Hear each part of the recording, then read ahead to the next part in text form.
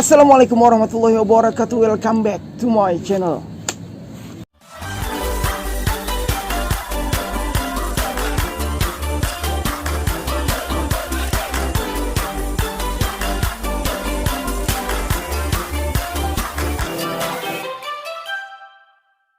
Teman-teman, kembali lagi bersama gue Rizky Muhajadi di channel MR Muhajadi.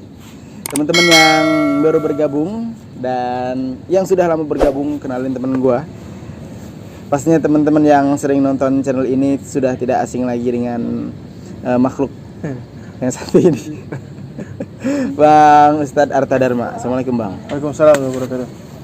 Ini teman gue, teman seprofesi juga, selinting juga, dan ini jauh-jauh gue impor dari Yaman datang ke Indonesia untuk ngisi di channel MR Muhajadi nih. Ini kita kemarin kan udah ngobrol-ngobrol langsung aja nih ya. Ya, nyambung yang kemarin kan. Nyambung yang kemarin. Ya. Ini kita karena banyak permintaan. Banyak permintaan. Katanya banyak permintaannya dari netizen yang setiap hari kita ketemu. Ya, bukan dari yang lain. Kapan lanjutin itu, lanjutin gitu kan. Apa sih namanya, kemarin kita bahas apa, bahas puasa ya. Bahas puasa yang ada itu apa sih namanya, perbuatan-perbuatan yang bisa menghilangkan pahala puasa ya, gitu kan, mengurangi kualitas puasa. Yang kemarin kan kita sudah bahas terkait yang pertama ada gibah ya kan ya. Gibah, ngomong-ngomongin orang. Yang kedua ada namimah itu ngadu domba. Adu domba, mengadu domba. Terusin apa, diem gue. Domba diperadukan gitu. Kan begitu.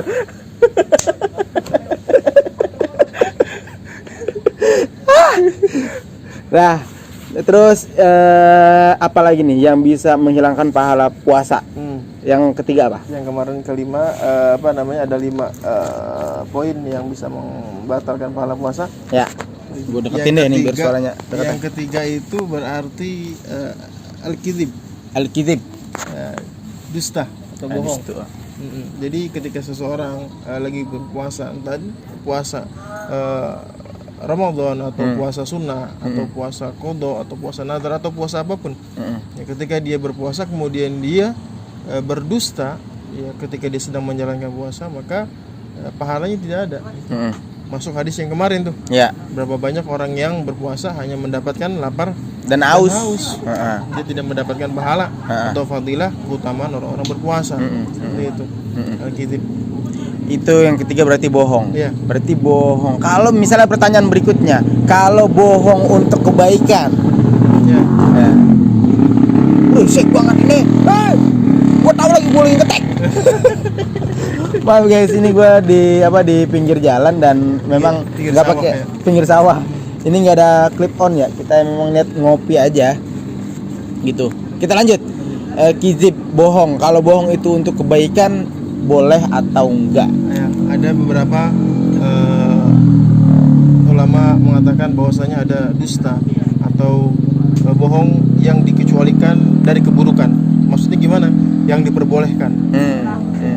Seperti ketika seseorang suami dia berdusta kepada istrinya untuk menyenangkan istrinya. Jadi ada satu kisah ketika dia sedang malam pertama, kemudian dia mendengar bahwa istrinya itu buang angin. Buang angin. Kentut. Iya, buang angin atau ya kentut. Gitu.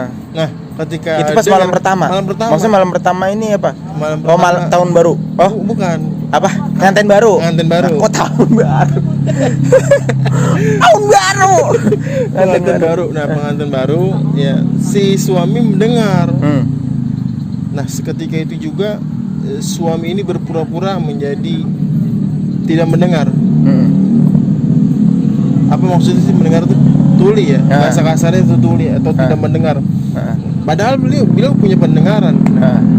Sampai kapan? Sampai si istri meninggal. Ketika si istri meninggal, dia berjalan seperti hidupnya ini berusaha menyenangkan atau menutup aib. Aib yang ada di keluarga atau di istri itu bahkan dianjurkan. Walaupun dia berdusta. Untuk menyenangkan ya. Untuk menyenangkan. Ingat, untuk menyenangkan, bukan bohongnya lain. Iya. Bang dari mana? Ya, di itu kumpul sama temen, padahal dari rumah janda. Bisa aja. Istri kita hati. Nah itu bohong untuk menyenangkan hati istri. Ya, bukan yang lain. By the way itu lagi malam pertama itu kentut. Iya, namanya. Itu istrinya nanya, bang kedengeran kagak begitu kan? Kagak lu, gue bergagu. Emang buatan malu. Oh jadi ya biasa aja gitu kan? Biasa Ya, aja. anggap biasa. Ya, cuma karena takut menjatuhkan martabat si istri Di depan suami kan? Iya, suami itu pura-pura tidak mendengar. Sampai kapan? Sampai dia meninggal ternyata. Iya. Insya Allah ya. Coba kalau orang teradahan. Buat kentut lu ya. Enak lo orang lagi kentut. Sono lu. Deh. Oke, itu yang ketiga apa kizib ya? Yang juga salah satu yang diperbolehkan juga untuk menyelamatkan. Oh, menyelamatkan kalau bohong. Contoh ada orang-orang lagi diuber-uber sama pembunuh. Ya, mungkin zaman sekarang begal ya. Terus ada dia nanya, "Bang, ada orang enggak tuh yang tadi saya kejar?" "Oh, saya nggak ngeliat." Padahal dia lagi ngumpet. Nah, itu menyelamatkan seseorang, bahkan dianjurkan untuk berbohong.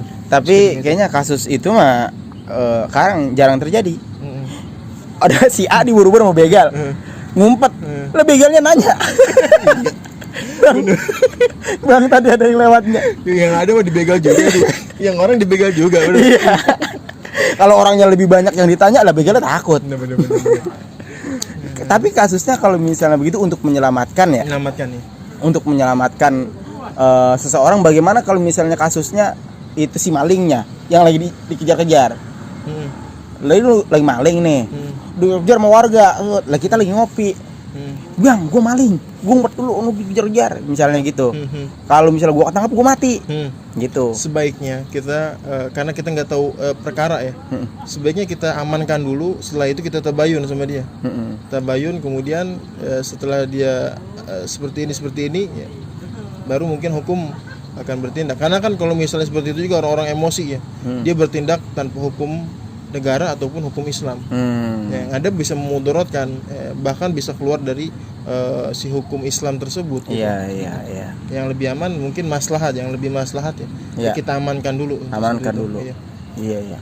Kagak tahu yang ngumpet itu maling. Kita lagi bohong. Enggak tahu. Emang apa bang lu ngumpet dikejar-kejar? Gue maling. Oh lu maling bang, ini nih. Habis 3 kali. Ya Allah. Itu ya. Oke, apa lagi? Tadi yang ketiga kizib. Yang keempat al-yaminul kadzibah. Berdusta. Sumpah palsu. Sumpah palsu, dia mengatakan ketika lagi puasa, demi Allah saya enggak nyolong sendal jepit ini. Padahal emang dia nyolong tuh. Ini maka bisa membatalkan. Bahkan sebagian ulama, walaupun dalam keadaan jujur, jangan sampai kita mengucapkan nama Allah. Kenapa? Amalan apa ya yang bisa kita menyetarakan urusan duniawi kita dengan Allah? Kita punya urusan apa? Kita sedekat apa sama Allah? Ya, sampai nama Allah itu kita bawa untuk melancarkan usaha kita atau ungkapan kita dan lain sebagainya. Maka sebagian ulama tuh mengatakan jangan sampai juga mengatakan membawa nama Allah kecuali dia dalam keadaan genting, darurat seperti dia dituduh ini dituduh itu ini kan berapa orang banyak sekarang demi Allah jadi jangan seperti itu. Berarti kesalahan kita itu sekarang kita mengucapkan nama Allah. Ada nge-track lagi guys. Di jumpingin lagi motor ya Allah. Jadi apa kesalahan kita itu sekarang kita ngucap nama Allah, sumpah demi Allah itu enteng sekali. Ya gitu kan. Al-yaminu kadzibah. Itu bersumpah palsu. Bahkan seseorang ketika dia bersumpah atas nama Allah kemudian dia berbohong, itu ada konsekuensi yang dia harus tanggung. Yang pertama itqu raqabatin. Dia harus membebaskan. Yang kedua, membebaskan apa nih? Hamba. Karena mungkin sekarang nggak ada kali ya. Budak lah gitu. Karena sekarang nggak ada. It'am. Ya, puasa. Ngasih makan. Yang kedua, ngasih makan siapa? Kambing. orang yang berhak Oh, maksudnya. kamu berhak. Kemudian- Jelasin itu kamu ngasih makan apa ntar? Oh, kata Ustadz Arta ngasih makan, kok dijelasin ngasih makan kambing. Dicariin rumput. Pendalungan. Pendalungan. Kenal nggak pendalungan? Dia mau nggak pada kenal pendalungan. Terus Terus yang ketiga itu kafarohnya ya. kafaroh. Untuk menutup hal itu puasa 3 hari. Nah, Makanya mungkin teman-teman di sini ya atau para penonton diusahakan untuk tidak mengucap nama itu walaupun kita dalam keadaan benar ya, tapi diusahakan jangan sampai membawa itu. Karena kenapa? Sekarang mungkin benar kita bawa nama demi Allah, tapi besok ketika kita dusta kita terceplos kebiasaan lidah kita mengucap hal itu. Ya, kecuali memang dalam keadaan genting tadi ya. Iya, itu. Oke, itu al-yaminu kadzibah. Terakhir yang bisa membatalkan puasa itu apa? Wal fahsya wa zur. Ya, ungkapan yang tidak indah menurut syariat. Ya. Ya, seperti apa? Seperti memanggil orang dengan ungkapan binatang. Misalnya kambing misalnya, seperti itu. Nyamuk, Serigala misalnya. kecoa. Terus aja. Seperti itu, ungkapan yang tidak baik lah kan. Ataunya niatnya dia mencela ataupun yang tidak baik lah menurut agama. Tapi kalau misalnya dia itu memang di masyarakat dipanggil itu, kan di masyarakat ada aja dipanggil toyang, ya kan? Iya. Sesuatu itu masuknya gibah ya. Gibah yang diperbolehkan salah satunya ada al-laqab, yaitu ungkapan. Misalnya seseorang namanya Henry. Paling panjul nih. Ya. Orang kalau kita nyari nih, Bang ada Henry nggak? Henry mana nih? Nggak ada yang kenal nih. Nggak ada yang kenal. Kalau kita Bang Panjul ada nggak? Oh no di bengkel misalnya. Maka ini hal yang diperbolehkan. Karena itu lakob ya. Memang orang-orang pada kenalnya itu. Atau kalau ini ya kata orang Betawi poyokan tuh. Ya, koyokan. Apa kali panggilan? Maksudnya begitu panggilan. Oke, jadi